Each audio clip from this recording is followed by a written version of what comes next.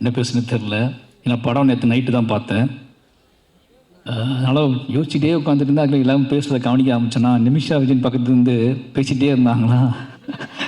நான் எனக்கு ஒரு சின்ன டவுட் அவங்ககிட்ட கேட்டேன். படத்தில் அவங்க கேரக்டர் கொஞ்சம் ஸ்பெஷலாக பண்ணியிருக்காங்க. அது எந்த மாதிரி டிசைன் பண்ணி இப்போ என்னோடய ஹஸ்பண்ட் டைரக்டரோட தான் அந்த படம் நான் பார்த்தேன் நேற்று நைட்டு. இப்போ டிஸ்கஷன் படம் முடிச்சுட்டு பேசும்போது அந்த கேரக்டரோட டிசைன் எப்படி அப்படின்னு பேசிகிட்டு இருக்கும்போது இப்போ எனக்கு தோணுது உங்களை பார்த்துட்டு தான் அவங்க அதை பண்ணியிருப்பாங்கன்னு சொல்லிட்டு. எனக்கு சரியாக இங்கிலீஷ் தெரியாது அப்படின்னால அது என்ன டிசார்டர்னு எனக்கு கண்டுபிடிக்க தெரில. அது கொஞ்சம் ஹஸ்பண்ட்டு கேட்டேன் என்ன டிசார்டர் அது அப்படின்னு கேட்டேன்னா அப்போ வந்து அது கொஞ்சம் என்ன சொன்னால் எது பயங்கர எனர்ஜியாக இருப்பாங்க, எக்ஸ்ட்ராவாக யோசிப்பாங்க, ஏதாவது ஒன்று பார்டர் அப்போ அது எப்படின்னு யோசிச்சுக்கிட்டே படம் காக ஓட்டிகிட்டு வந்தேன். இதை பற்றி நம்ம என்ன பேசுகிறது அப்படின்னு யோசிச்சிட்டே வந்தேன். வந்து உட்கார்ந்துலேருந்து அவங்க பண்ணுற ஆக்டிவிட்டீஸ்லாம் பார்க்கும்போது ஓ இது அதில் சேர்ந்தது தானா அப்படின்னு சொல்லி ரொம்ப எனர்ஜியாக இருக்காங்க. நிச்சயமாக டீமுக்கு முதல்ல நன்றி சொல்லணும். இந்த படம் பார்த்தேன். ஃபஸ்ட்டு அந்த படத்துலேருந்தே முதல்ல ஆரம்பிச்சலாம்னு நினைக்கிறேன். நெல்சன், எனக்கு நெல்சன் பழக்கம் வந்து நான் அந்த நெல்சனுக்கு கால் பண்ணதுக்காக ஒன்று இந்த நெல்சனுக்கு கால் பண்ணிட்டேன். ஃபோன் அடிச்சுட்டு யோ எங்கேயா இருக்கு அப்படின்னு கேட்கும்போது மாதிரி நான் நெல்சன் பேசுகிறேன் அப்படின்னா நம்ம நெல்சன் பேச மாட்டாப்பே. அப்போ நெல்சன் எனக்கு ரொம்ப பிடிக்கும். ஏன்னா ஒரு நாள் கூத்து அவரோட முதல் படம். பொதுவாக நம்ம என்ன நினைப்போம்னா 2 ஆப்ஷன் இருக்குது சினிமா நம்ம வந்து சூஸ் பண்ணுறதுக்கு. படம் 2 ஆப்ஷன் அப்படின்னா 2 வேரியேஷன் இருக்குது. ஒன்று ஃபைட், ஒரு என்ன சொல்கிறதுனா யார் என்ன சொன்னாலும் கேட்காம அடமெண்ட்டாக நம்மளோட கிரியேஷன் இப்படியாப்பட்ட கதைகளை சூஸ் பண்ணி அந்த கதைகளுக்காக ஃபைட் பண்ணி அந்த கதைகளை மேடை ஏற்றுறது, அந்த கதைகளை வந்து ஆடியன்ஸ்ட்டை கொண்டு போய் சேர்க்கறதுன்னு ஒரு விஷன் இருக்குது. இன்னொரு விஷன் எது வெற்றியின் பக்கத்தில் இருக்குது, எது வந்து சக்ஸஸாக இருக்குது, எது நம்மளை போர்ட்ரேட் பண்ணும், நம்மளை ஒரு டைரக்டராக நம்மளை ஒரு செலிபிரிட்டியாக எது போர்ட்ரேட் பண்ணணும்னு சொல்லி சூஸ் பண்ணி அந்த பக்கம் போய் நிற்கிறது, சம்பாதிக்கிறது. இந்த மாதிரி நெல்சனோட 4 படங்களும் எடுத்து பார்த்தீங்கன்னா ரொம்ப ஆச்சரியமாக இருக்கும். என்ன ஆச்சரியமாக இருக்கும்னா அவர் கதை ரொம்ப கனமான கதைகளை எடுத்துக்குவார். நான் நிறைய நாள் யோசிச்சிருக்கேன் அவர்கள் வயசு தான் என்ன, ஏன் அழகு அந்த ஒரு நாள் கூத்து பார்க்கும்போது எனக்கு வந்து அப்போ வந்து அவர் கூட பழகின ஃப்ரெண்ட்ஸ்லாம் எனக்கு ஃப்ரெண்ட்ஸாக இருந்தாங்க.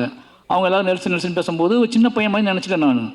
அப்போ இவர் சூஸ் பண்ணுற கதைகள் எல்லாமே வந்து மான்ஸ்டராக இருக்கட்டும், இல்லை வந்து ஃபர்கானாவாக இருக்கட்டும், ஒரு நாள் கூத்துலாம் ஃபஸ்ட்டு படம் தொடங்கின விதமே வந்து ஒரு மெச்சூர்டான, இது ஒரு என்ன சொல்கிறது, இது வந்து இன்னொரு இப்போ உள்ள ஜென்ரேஷன் பார்ப்பாங்களாம், இப்போ உள்ள ஜென்ரேஷன் கனெக்ட் ஆவாங்களாம் அப்படின்லாம் யோசிக்காமல் ஒரு சினிமாவை நேர்மையாக அது நீ கனெக்ட் ஆகுது ஆகலை, எனக்கு ஒரு விஷயத்தை காட்டணும்னு தோணுது, அது இப்படி தான் தொடங்கணும்னு தோணுது, நான் அதை அப்படி தொடங்கணும். அந்த மாதிரியான மனிதர்களை இந்த மாதிரி விலகி நிற்கக்கூடிய அங்கங்கே அவர் கதாபாத்திரத்தில் ரொம்ப பிடிச்சது என்ன அப்படின்னா எல்லாத்துக்கும் இன்டீரியராக ஒரு லைஃப் இருக்கும். எல்லா கேரக்டர்ஸுக்கும் இன்டீரியராக ஒரு லைஃப் இருக்கும். வெளியே நம்ம எல்லாம் ஜாலியாக இருப்போம், ஆடுவோம், பாடுவோம், என்ன ஏதோ பண்ணுவோம். பொது புத்தி என்ன இருக்கோ பொது புத்தியோட கனெக்ட் ஆகி பொது புத்தி கூட ட்ராவல் பண்ணிகிட்டு இருப்போம். பட் இன்டீரியராக இருக்கிறத நம்ம வந்து பெருசாக எஸ்டாப்ளிஷ் பண்ண மாட்டோம். அது நமக்கு பிடித்தமான மனிதர்கள்ட்ட கேர்ள் ஃப்ரெண்டுகிட்டையோ இல்லை அவங்ககிட்ட கூட நம்ம மறைக்க ட்ரை பண்ணுவோம். அவருடைய 4 படத்துலையும் பார்த்தீங்கன்னா அந்த கேரக்டர்ஸ், அவரோட கேரக்டர்ஸ் இன்டீரியரான அவன் மனசுக்குள்ளே இருக்கக்கூடிய அந்த மனசுக்குள்ளே கேட்டுக்கிட்டே இருக்கக்கூடிய ஒரு பாட்டுக்கு அவங்க ஆடியிருப்பாங்க, மனசுக்குள்ளே கேட்டுக்கிட்டே இருக்கக்கூடிய ஒரு கேள்விக்கு அவங்க பதில் பேச ஆரம்பிச்சிருப்பாங்க, மனசுக்குள்ளே கேட்டுக்கிட்டே இருக்கக்கூடிய மனசுக்குள்ளே வந்து வரைஞ்சிக்கிட்டே இருக்கக்கூடிய ஓவியத்தை வெளியே காட்ட ட்ரை பண்ணுவாங்க. இப்படியாப்பட்ட கேரக்டர்ஸை அவர் க்ரியேட் பண்ணுறாரு.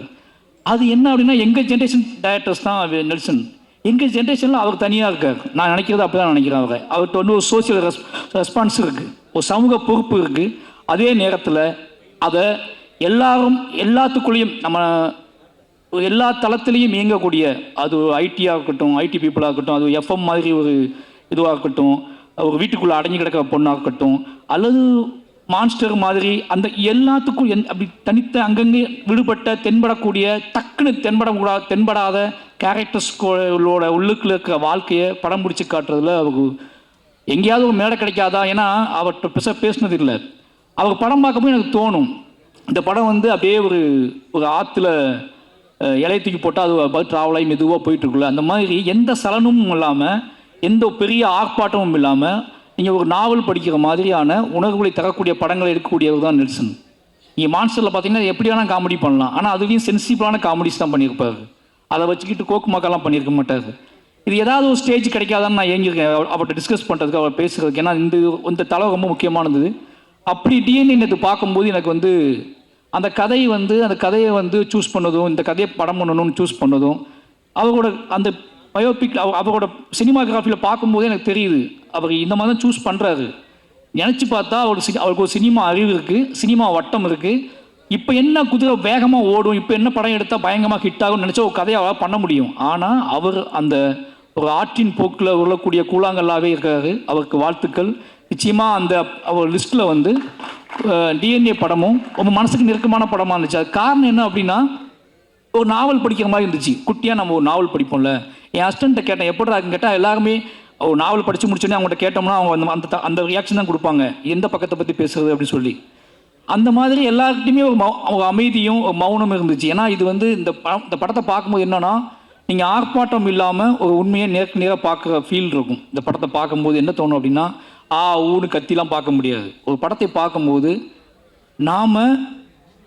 நம்ம படுத்து எந்திரிச்சு போன இடத்துல பக்கத்தில் ஒன்று நடந்திருக்கும். நம்ம ஒரு பில் கட்ட கவுண்டரில் நின்றுருப்போம். அந்த கவுண்டருக்கு ஒரு கதை இருக்கும், நமக்கு தெரியாது. நம்ம ஒரு டாக்ஸியில் ட்ராவல் பண்ணியிருப்போம். அந்த டாக்ஸிக்குள்ளே ஒரு பயங்கரமான கதை இருக்கும், நமக்கு தெரியாது. நம்ம இப்படி அங்கங்கே வாழ்க்கையை வாழ்ந்துகிட்டே இருக்கோம். நம்ம நடந்து உட்காந்து தூங்கி சிரிச்ச அல்லது தவிச்ச அந்த இடத்துக்குள்ள ஒரு பயங்கரமான ஒரு கதை இருக்கணும், ஹியூமன் வேல்யூவோட ஒரு கதை இருக்கும். அந்த கதையை சொல்லக்கூடிய ஒரு படமாக தான் டிஎன்ஏ வந்திருக்கு. நாம் வந்து நம்பி போகக்கூடிய ஹாஸ்பிட்டல், நாம் நம்பி பேசக்கூடிய டாக்டர்ஸ், நாம் நம்பி விரும்பக்கூடிய நம்மளோட துணைகள், நம்மளோட உறவினர்கள், நம்மளோட காவல் அதிகாரிகள், இவங்க எல்லாத்துக்குள்ளேயும் கூடக்கூடிய கதையை வந்து அதை சென்டர் பாயிண்ட் பண்ணி அதுக்குள்ளே ஒரு வேல்யூஸை கிரியேட் பண்ணி இது நடந்தால் என்ன ஆகணும்னு இருக்குல்ல. இப்படியாப்பட்ட மனிதர்கள் வாழ்ந்துகிட்டு இருக்காங்க, இப்படியாப்பட்ட மனிதர்கள் இருக்காங்க. நம்ம எவ்வளோ ஹியூமனுக்கு வேல்யூ கொடுக்குறோமோ அதே மாதிரி ஹியூமன் வேல்யூவே இல்லாத ஹியூமன்ஸ் கிரியேட் பண்ணுறக்கூடிய அந்த நாசக்கார உலகம் இருக்குல்ல, அந்த நாசக்கார உலகத்துக்குள்ளே நம்ம எப்படி நாம் அதை தெரியாமல் அதுக்குள்ளே எப்படி பின்னி பிணைஞ்சு கிடக்கும் அப்படிங்கிற வெளிச்சத்தை வந்து, அப்படிங்கிற ஒரு பயத்தையும் அப்படிங்கிற ஒரு கவனத்தையும் சொல்லக்கூடிய படமாக டிஎன்ஏ வந்திருக்கு. நிச்சயமாக இந்த படம் வந்து அதர்வா ப்ரோ கூட சொல்லி ஆகணும். அவருக்கு ஞாபகம்னு தெரில, பெரிய பெருமாள் கதை சொன்ன ஹீரோ அவர் தான். ஷாக்கா இருக்கா? அப்படிதான் இருக்கும். வந்து பரதேசி பார்த்து முடிச்சுட்டு பெரிய பெருமாள் கதை எழுதி முடித்த உடனே இந்த யார்கிட்ட போகலாம் ஹீரோ அப்படிங்கும்போது, நான் முரளி சாரோட பயங்கரமான ஃபேன்.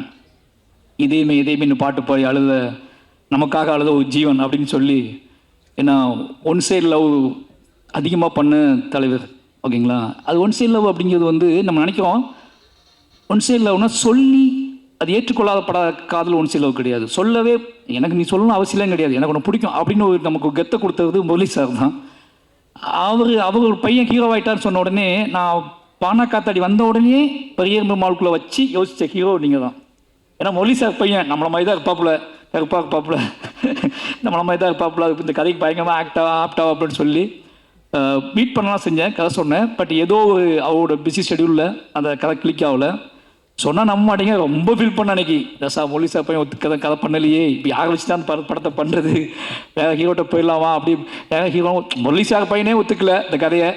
நம்மளை பார்த்து இப்போவுமே இப்படி தான் இருக்கோம், அப்போ ரொம்ப மோசமாக இருக்குமோ, நம்மளை பார்த்து அவரே நம்ம டயட்டை நம்பலை, யாரும் நம்ப போகிறா அப்படின்னு சொல்லி பயங்கர அப்செட்டில் இருந்தேன். என் ஒய்ஃபிட்டெலாம் சொல்லியிருந்தேன் நான், அதர்வா கிளிக் பண்ணுறோம், பெரிய பெருமாள் வந்து அதர்வா தான் அப்படி சொல்லி. அது நடக்கலை. பட்டு எனக்கு தெரியும், ஒரு நாள் அவர்கிட்ட நான் யாவை பற்றி சொல்லுவேன், இந்த பெரிய பெருமாள் உங்களுக்கு அதுக்கான சந்திப்பே நடக்கலை ரெண்டு பேர்த்துக்கும். ரொம்ப நாள் கழிச்சு இன்றைக்கி தான் நம்ம சந்திக்கணும்னு நினைக்கிறேன். அன்னைக்கு அப்புறம் எங்கேயாவது கிராஸ் பண்ணியிருப்போம். பட் ஆனால் பக்கத்தில் உட்காந்து எமோஷ்னலான ஒரு சந்திப்பு நடந்ததுன்னா இன்றைக்கி தான் நடந்திருக்கு. கிட்டத்தட்ட 7 வருஷம் ஆச்சு. அப்போவே இருந்து அவர் மேலே ஒரு பார்வை இருந்திருக்கு. அந்த பார்வையின் அடிப்படையில் நிச்சயமாக அவர் என்ன சொல்கிறதுனா, இன்னும் உயரம் போகக்கூடிய ஒரு நடிகர் தான்.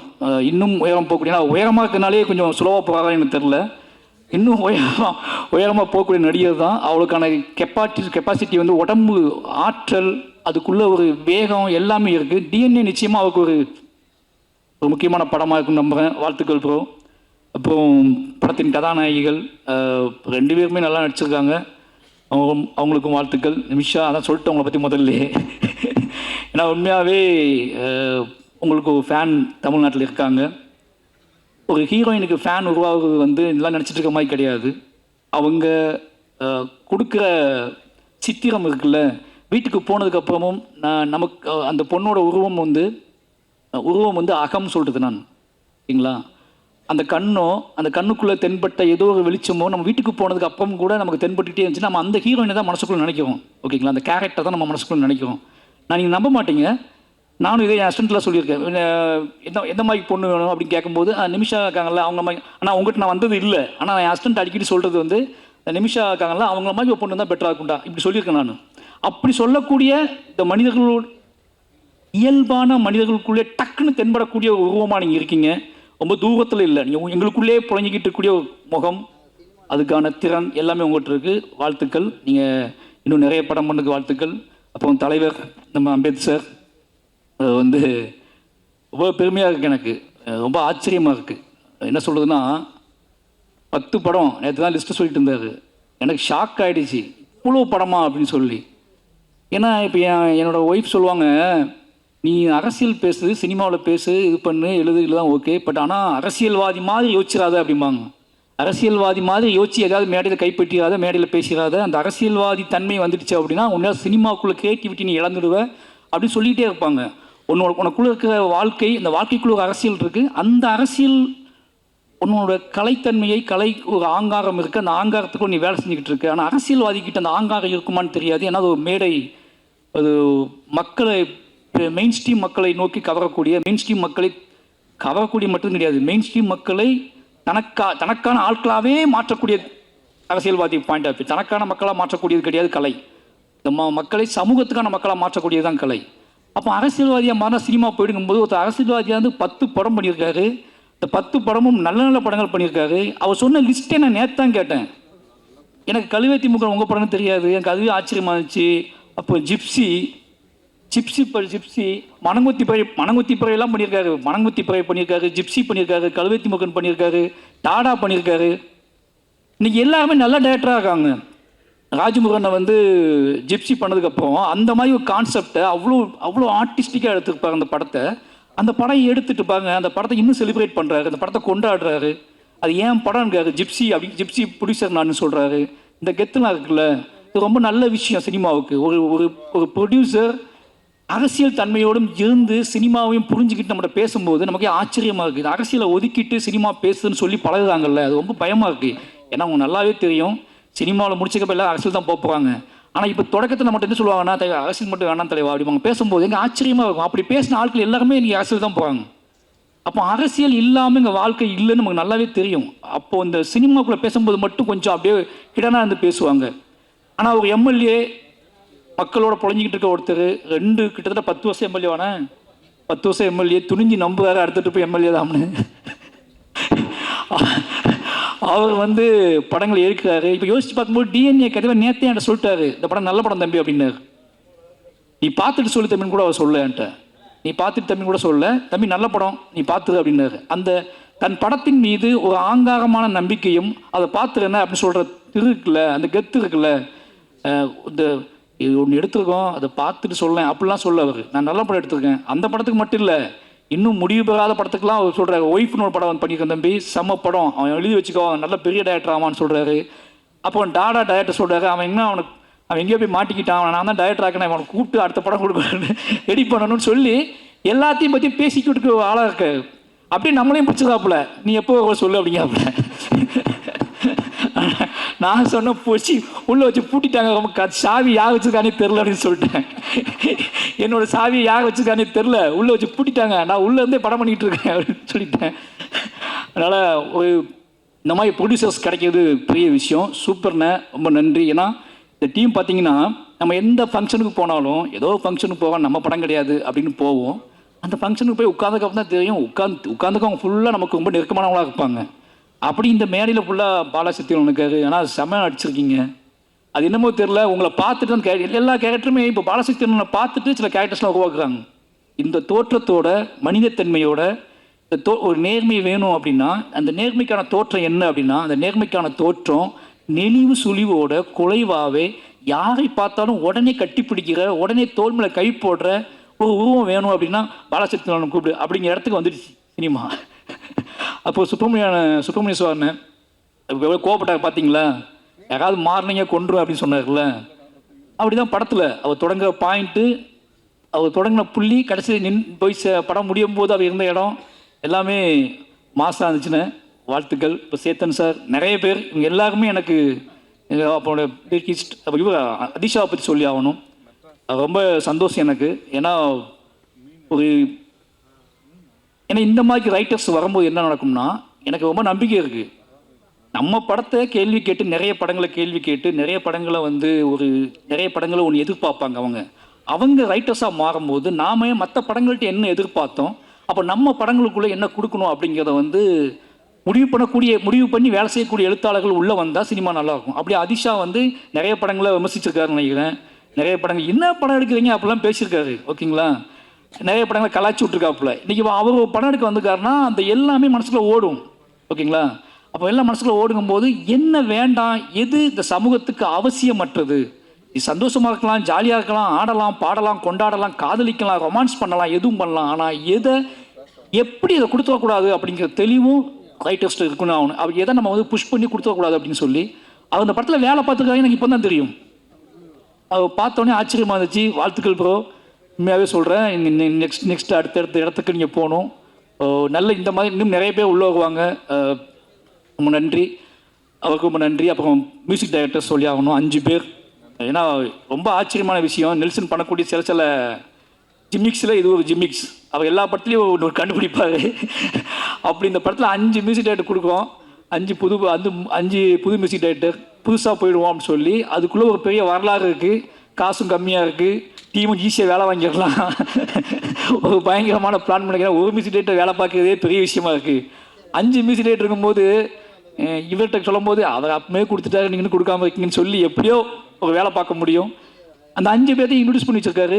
சூப்பர் ப்ரோ, ரொம்ப நன்றி. ஏன்னா அந்த 5 பேரும் சந்தோஷமாக இருக்காங்க. அந்த 5 பேத்துக்குள்ளே ஒரு கனெக்டிவிட்டி இருக்குது. ஒரு படத்துக்குள்ளே இது நம்ம படம், ஒரு 5 மியூசிக் டேரக்டர் சொன்னால் அந்த படம் எப்படி வச்சுப்பாங்க, இது ஏன் படம், அந்த படம் ஓடணும்னு 5 மியூசிக் டேரக்டர் நினைக்கிறது. ஒரு 5 இல்லை 6 பேர். தலைவர் இருக்காப்புல, ஜிப்பான் அண்ணன் இருக்காப்புல. ஜிப்பான் எனக்கு ரொம்ப பிடிக்கும். அவரோட வாகேஷோடவா மியூசிக் படம் பார்த்துட்டு, வாகேஷோடவா படம் பார்த்துட்டு அந்த மியூசிக் முதல்ல கேட்கும் போது இந்த படம் பார்த்தே அவனை நம்ப வச்சு ஜிப்பான்னு அவருக்கு ரொம்ப நன்றி சொல்லணும். ஏன்னா அவர் இந்த 5 புது மியூசிக் டைரக்டர் பண்ணியிருக்க இடத்துல அவர் நான் பண்ணி கொடுக்கன்னு பண்ணது சூப்பர், ரொம்ப வாழ்த்துக்கள். அப்புறம் என்னோட லிரிக்கிஸ்ட்டு கார்த்திக் நேத்தா, அவரோட நான் ஒர்க் பண்ணல. ஏன்னா ஒர்க் பண்ண முடியுமான்னு தெரில, தான் நிஜம். எங்கள் ரெண்டுத்துக்கு அவ்வளோ பெரிய வாழ்க்கை இருக்குது. நான் உண்மையாகவே ஒரு கவிஞனோட படம் எடுக்கணும், நான் கவிஞனோட வாழ்க்கை வரலாற்றை நான் எடுக்கணும்னு ஆசைப்பட்டேன்னா நான் கார்த்திக் நேத்தா கதையை நான் எடுப்பேன். ஏன்னா தமிழ் வாழ்வோட கொந்தளிப்பு, ஏமாற்றம், அவமானம், கனவுகள், ஒரு என்ன சொல்கிறது, ஒரு நிதானமற்ற தன்மை, ஏக்கம், வெறி, எவனுமே இந்த உலகத்தில் எனக்கு வேணாண்டா அப்படின்னு நினச்ச ஒரு வாழ்வு, இன்னைக்கு எல்லாருமே எனக்கு வேணும் அப்படின்னு நினைக்கிற விருப்பம், இது எல்லாமே நிரம்ப பெற்ற ஒரு கவிஞன் கார்த்திக் நேத்தா. 2 பேத்துக்கும் அண்ணன் தம்பி ரிலேஷன்ஷிப், அண்ணன் தம்பியாக வாழ்ந்துருக்கோம், அண்ணன் தம்பியாக 2 பேரும் சண்டை போட்டிருக்கோம், அண்ணன் தம்பியாக ரோட்டில் விழுந்திருக்கோம், பேசியிருக்கோம். பயந்துருக்கேன் நான் அவரை பார்த்து ஒளிந்த தருணங்கள் நிறைய. ஆனால் இன்னைக்கு அவரை பார்க்கும்போது இந்த ஸ்டேஜில் நீ என்ன நினச்சிக்கோ, இந்த ஸ்டேஜில் நான் கம்பீரமாக உணர்ந்த ஒரு இடம் கார்த்திக் அண்ணனை பார்த்தது தான். அவர் நடந்து வந்ததும், கம்பீரமாக நின்றதும், அவர் உடல் வாகும் இப்போ எப்படி இருக்குன்னு பார்க்கும்போது வாழ்க்கை இவ்வளோ பெரிய மாற்றத்துக்கு உட்பட்டது தான் வாழ்க்கை. நாம் ஏன் இன்னும் மாற முடியும் தம்பி, அதெல்லாம் மாறாது தம்பி, இதெல்லாம் செய்ய முடியாது தம்பி, அதெல்லாம் பண்ண முடியாது தம்பி. எப்பேற்பட்ட மாற்றத்தை கிரியேட் பண்ணி இன்னைக்கு முத்தமலை பாட்டு இன்னைக்கு கேட்கும்போது ஒருத்தர் இவ்வளவு நிதானமும், உறவுகளின் மீது, அன்பின் மீது, பேரன்பின் மீது இவ்வளவு நிதானம் அப்போ அந்த மாதிரியான ஒரு காட்டாற்று வெள்ளம் மாதிரி வாழ்ந்த ஒரு ஆள் இன்னைக்கு ஒரு நிதானமாக இவ்வளோ இவ்வளோ பாடல்களை உருவாக்க முடியுது, அதை இவ்வளோ தெளிவாக கொடுக்க முடியுதுன்னா தமிழ் வாழ்வில், நம்மளோட இலக்கியத்தில், நம்மளோட அன்பில் எல்லாமே இருக்குது. நாம் கொஞ்சம் லேட், சில மனிதர்கள் சில தாமதமாக வருவாங்க, சில மனிதர்கள் இன்னும் பிரளயமாக அவங்க மனம் போன போக்கில் வாழ்க்கையை வாழ்ந்துட்டு அதுக்கப்புறம் தெளிவு பெற்று நம்மகிட்ட சேருவாங்க. நாம் அது வரைக்கும் பொறுத்திருக்க வேண்டியிருக்கு. தயவு செஞ்சு சொல்கிறேன், இந்த மாதிரி கார்த்திக் நேத்தான மாதிரி நிறைய பேர் இருக்காங்க. நாம் என்னமோ அவனை உதாசீனப்படுத்திட்டு இவன் உருப்படவே மாட்டான்னு நினச்சிடுவோம். ஆனால் அவன் கிளம்பி வந்தாங்கன்னா, அவங்க மாறினாங்கன்னா, அதுக்கப்புறம் தமிழ் இலக்கியமும் தமிழ் சினிமாவும் மாற போகிற இடம் இருக்குல்ல, அது பயங்கரமாக இருக்கும்னு நினைக்கிறேன். அப்படியான ஒரு வாசலை கார்த்திகனை திறந்து வச்சுருக்காரு. அப்புறம் தோழர் உமாதேவி, அவங்க கூட இன்னும் ஒர்க் பண்ணல. இதுக்கான காரணம் என்ன அப்படின்னா, கோபம் கூட இருக்கும், டேய் படமே கொடுக்க மாட்டேன்ற நீ. ஆனால் ரீசன் என்ன அப்படின்னா, என்னோடய வாழ்வு, நான் என்னோடய கம்போசர்கிட்ட நான் உட்காந்து வேலை செய்யும்போது நானே சில வார்த்தைகள் சொல்லுவேன், அப்படியே வந்துடும். இப்போ நானே சில நாள் எழுதிடுவேன், தவிர்க்க முடியாமல் சில மியூசிக் டேரக்டர்ஸில் கொடுப்பேன். எனக்கு என்னென்னா, எனக்கு ஏதோ எழுத்து சம்மந்தமாக நான் வந்து அது என்னோட பாயிண்ட் ஆஃப் வியூவாக இருக்குன்னு ஆசைப்படுறதுனாலேயே எனக்கு என்னமோ தெரியல அப்படி போயிடுது. எழுத்து தான் என்னை உருவாக்கிச்சு, எழுத்துச்சா என்னை செதுக்கிச்சு அப்படின்னாலேயே இன்னொருத்தர் கூட அதை ஷேர் பண்ணி அதை சொல்லி வரக்கூடிய எனக்கு டக்குன்னு தூங்கி எந்திரிச்சோடனே என்ன தோணுதோ அதை டக்குன்னு நான் அது திரைக்கதையாவோ கதையாகவோ எடுத்துக்குவேன். நான் வந்து திரைக்கதைக்கும் டீம் வைக்கல, என்கிட்ட லிரிக்குக்கும் பெருசாக நான் டீம் வைக்கல. அதுக்காக காரணம் இதுதான், எனக்கு ஒன்று தோணும் அதை டக்குன்னு போயிடுவேன். ஆனால் நிச்சயமாக இவங்கெல்லாம் பிடிக்குவங்கெல்லாம் பார்த்து பிரமிச்சிருக்கேன் நான். அப்படியாப்பட்ட எல்லா மனிதர்களும் முத்தமிழ் அவர் நான் ஒர்க் பண்ணதே இல்லை, ஆனால் சந்தோஷ் நாயன் அவங்களை பற்றி சொல்லிட்டே இருப்பார். இப்படி எல்லா டீமுமே ஏன் ரொம்ப பேசணும் தப்பாக நினைக்காதீங்க, இவங்க எல்லாருமே இந்த டிஎன்ஏ படம் வந்து எல்லாருமே ஜெயிச்சே ஆகணும். நெல்சன் நிச்சயமாக ஜெயிச்சே ஆகணும். வெற்றி அப்படிங்கிறது என்ன தெரியுமா உங்களுக்கு? அவர் நிம்மதியாக படம் ரிலீஸ் ஆன நைட்டு நிம்மதியாக தூங்குறது, வெற்றி வேறு ஒன்றுமே கிடையாது.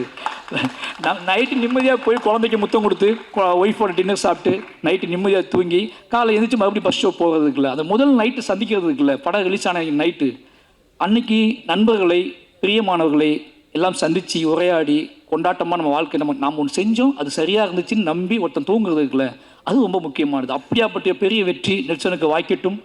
அப்புறம் திங்மி சந்தோஷ், இந்த இடத்துல நான் கூட முந்திட்டேன், அதை ஒன்றும் படம் பார்க்கணும்னு நினைக்கிறேன், நான் பார்த்துட்டேன்.